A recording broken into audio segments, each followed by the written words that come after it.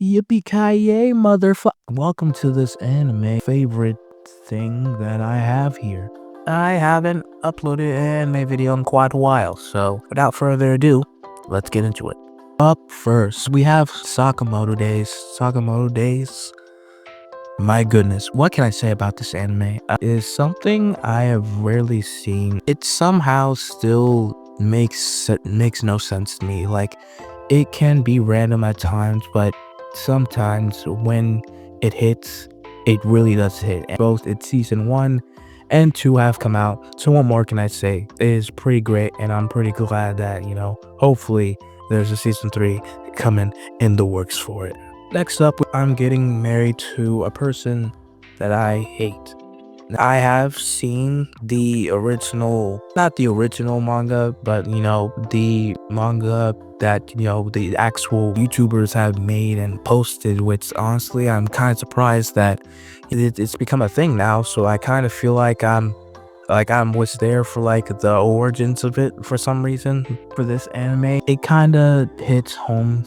Classic tsundere trope that is just a real wholesome anime that by each episode it progresses their feelings down to daily mundane stuff, and it does it well when treating their relationships, in my opinion, not trying to stir away from what they had from the beginning up until the end, just like they always do in the 1 to 12 or 13 episode basis, which I guess that's what makes this anime really enjoyable in my opinion.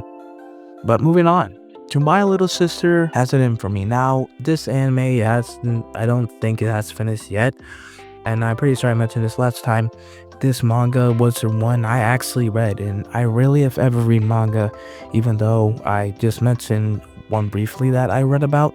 But all in all, I think this show's going pretty well. I mean, yes, it does have its fan service, but its actual plot that it's focusing on is pretty interesting. And I think the same thing about it in the manga's pacing and anime's pacing.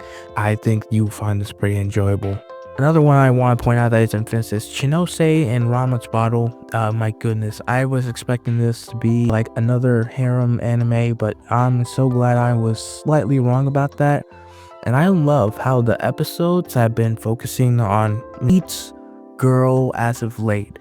I love those anime that get each character down right and get their development set in stone, instead of just focusing on the main one to win or whatever. Big hit on my 2025 list. And the one I'm gonna end off for till we get to the movies is With You the Rain. Now, With You the Rain is an anime I just stumbled upon randomly, accidentally clicked on, and I have to say I love this. I don't feel like every episode to me is something that was like monumental, which in some of the anime I pointed out, they had episodes where stuff hit the ground. This is one of those anime where you're just there to immerse in their activities. It sometimes feels like a time where I don't want to be held in like dramas or held in like big practical illusions of the world. And sometimes I just want it plain straight, and this is one of those anime I feel like I can be just there to indulge in and not have to wait for some big epic drama like I talked about in the rest. That is a good anime. But that aside, to the movies. In the intro, Chainsaw Man Resident Arc. My goodness, man. I love this movie, and I previously held its praise for special, if only if I kept the audio in. But because I'm a dumb who doesn't know how to record, I didn't get all the audio in, so I fucked up. But nonetheless, I enjoyed myself, and I'm pretty sure it didn't take that long till I started seeing, oh, Denji Be Real Love stuff sorts on YouTube, and I have been finding them on my page ever since because I keep running into them. I wholeheartedly relate to that. Animation, my guy. This is a very high point for them. It's what I'm trying to say. It makes my 2025 all the more enjoyable.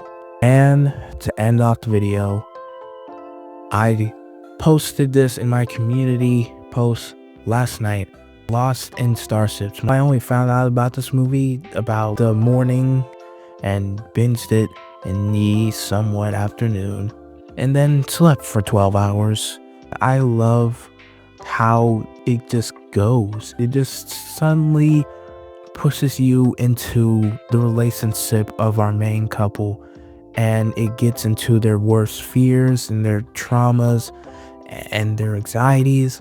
And man, it tackles them very, very well, man. It tackles them all so well, and that music too, and animation. I can go on ranting about this movie for however long, but I'm just gonna say this. This one definitely tops those romance movies that were originally put over, like the Your Names and the Silent Voice. I mean, those Silent Voice is still my favorite. I feel like, in my opinion, this movie is definitely a top contender to be put upon that pedestal of anime movies that have absolutely broken the covenant, if you haven't watched it already. And maybe one day we too can reach our stars as well. But until then, check out my videos, and stars unite.